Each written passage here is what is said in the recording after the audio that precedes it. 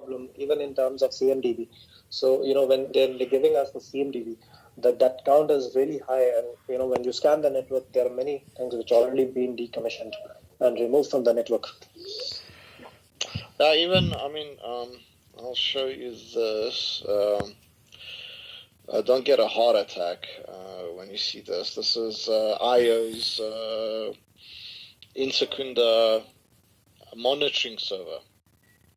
So you can see how proactively they monitor this thing. All the red is everything that's down.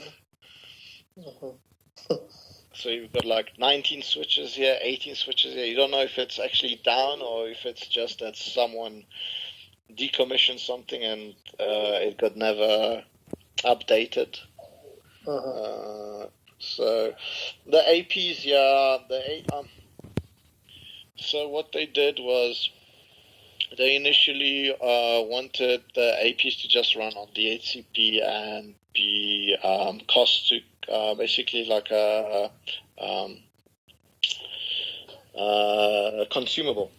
So APs were supposed to be seen as consumable, but at a certain stage they wanted to add the APs to a CMDB because IO then started wanting to RMA certain APs because they're expensive and client wanted them RMA, didn't want to buy a new AP.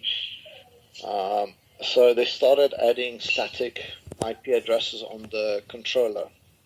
So the APs, but I noticed basically if an AP reboots, even though the IP is configured statically on the controller, the AP can sometimes still pick up a DHCP IP and change its IP address, and then you need to basically go under the controller, reboot the AP, and then it comes back with the correct IP from the controller.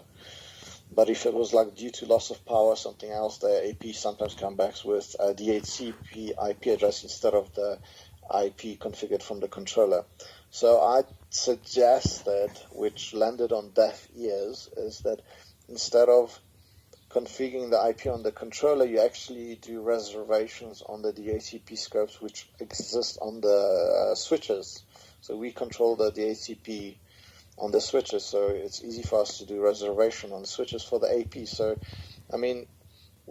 if the AP reboots and requests a DHCP IP address, the DHCP will see it has a reservation, will always allocate the same IP to the AP. So you won't have this issue of AP goes